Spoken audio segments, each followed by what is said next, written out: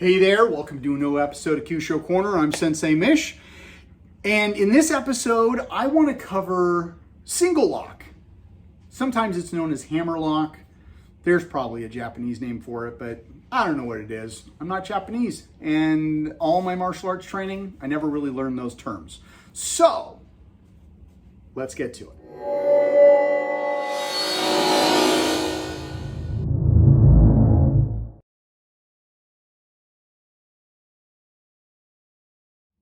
All right, so we're gonna do single lock. Now, I mentioned earlier, there's probably a Chinese name for it. Don't know what the hell it is. I got the term, the name of the lock from Modern Arnis. So, or at least, I think I don't know if it comes from there, but my Modern Arnis instructors, that's the term that they use. I've also known this as a hammer lock, and I'll show you the differences. So if we just put Thomas into the position, okay, so I know this as palm up, cross, just like this. He could get out of this if he went down. We'll get a little bit further into that, okay? But in this position, he does feel some tension, correct? Okay. So, but hammer lock, sometimes people do this, even with single lock, they'll put their hand here. Now, tension-wise, okay? Changing to here, okay? Now, I may have hit on a point because that's just the nature of that style, but if you're grabbing here, there's really no points that you can get into. So it's really here. And it's basically this position, and I'm coming this way, kind of like this, okay? But I'm coming this way. Now, the mechanics of this, when I get him in here, to create the lock, a lot of people, and I'm going to kind of turn Thomas around here, a lot of people want to put the arm up like that. But that's not how you're really supposed to do it. It's still supposed to be like this. My arm is through here, blading along his elbow, and then I push down and lift up. He doesn't like that. Now, if I put it back here and I do that, yeah, but the thing is that now I'm kind of this on him. I want to be parallel to him, okay? So I want to be this way, and I'm going to do that. Now I could do this, but then if I did that, he has a tendency here to stand up. Okay, he can kind of stand up on that. And we all know Thomas is, he's about as flexible as a rock. But if I'm here, try and stand up on that. Okay, he has a harder time standing up in that position. Okay, so body mechanics wise, that's what we want to kind of put them in and we're all working against the shoulder, which kind of works like a faucet because I'm turning on the faucet or I'm turning off the faucet. So it's this ball and socket joint. That's how you're locking that. Okay. Now to get into this, there's a couple different ways to get into this. Traditionally, it's off that push. Okay, he's gonna push, and I'm gonna come here, and I'm gonna strike, and I'm gonna get that, and then I'm going to get into this position. Okay, so the points that we're working with on this, typically, we've got triple number 5, or we've got the little zigzag of 6, 7, and 8. Okay, and it kind of depends on how you strike those, because one works against really great a strike and the other works better against a slap. Now the other point we're going up in here is to heart 2, okay? And I'm striking this way. Where does that come out of? This move, we've seen this in Naihanchi, okay? So we come here now, so really I could strike or I could slap. But, and in this instance, what I'll do is I'll strike because I've also got some other things going on here, which I'll get to that in a minute. So if I do here, and then here, all right? And of course, as I'm bending up and coming through, my blade is going up against heart 2 again. So I'm not only striking to get that bend, but then I'm stepping in, coming around, and then dropping down like that. And I've got him in this good position, my palm up, digging in towards me. So I've got this position in towards me, okay? Now we've kind of played with this. That's kind of the easiest traditional, just going in.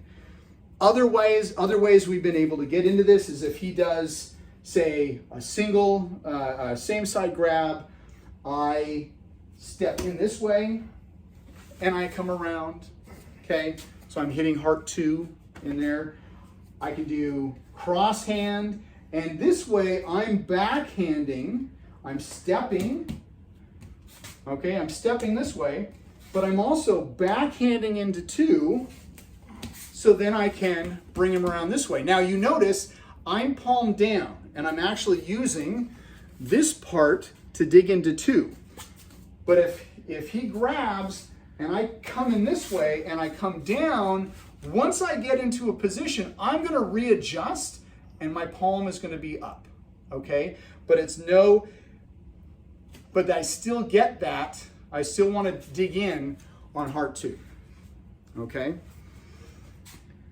Now, there's other things that I can do.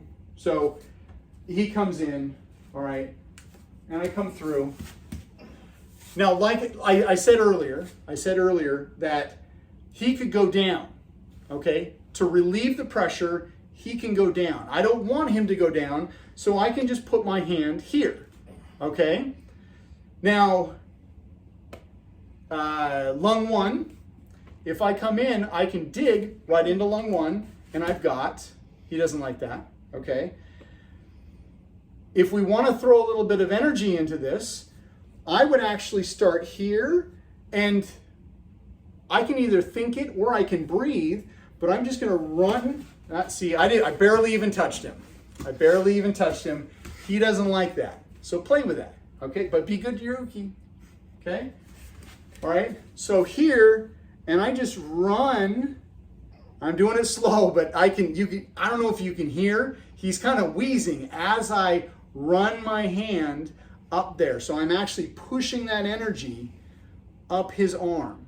So if I actually did that and dug right in there, it's gonna be careful. Just be good. We don't want people's shoulders to be dislocated, all that kind of stuff. But mechanically, this is your stopping point, okay? And what is it? Lung 1 can be that point. Now you could come over here and then grab down in here, but then that will move him up into a standing position, and that's not necessarily where you want to be, okay? I've used this lock in escorts for bouncing. In that instance, when I did that, what I would do is I would actually come here and I would have his face towards me. So instead of my hand here, I'm grabbing his face, facing it towards me, and then escorting that way. Usually I did it with a partner. And the reason I would come this way and not that way, which could work, but if I'm securing this way, first of all, if his head's facing that way, that's too far away for my hand to be. And second, if I'm escorting somebody out and his face is facing out that way, he has the potential of somebody not liking him, seeing he's in a vulnerable position, and then punching him in the face. Yes, the other way he could get punched in the head, but you're looking at more soft area and more stuff to be damaged. Normally people who get in fights at clubs are drunk and thick-headed. So if they've got a thick skull, they'll survive. But just as a tactic, okay? All right, so you haven't been seeing my feet, okay? Haven't really been doing anything. Now, if I'm in this position here, generally, I guess I have been. I've kind of been in a horse stance, okay? Now, I could go into here. Doesn't really do anything. I'm in a cat stance. I could do here.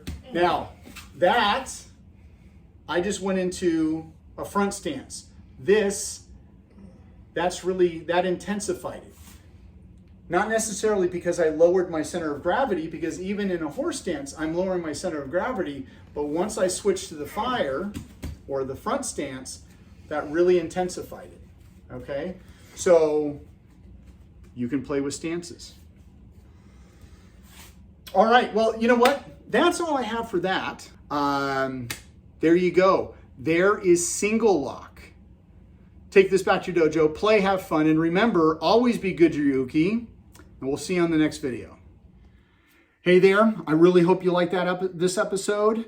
For more content from me, Sensei Mish, hit the subscribe button below. If you're not watching this on YouTube, that's okay too. Like, subscribe, share, do all those really cool social media things that everyone asks you to do. And until the next video, train hard, be safe.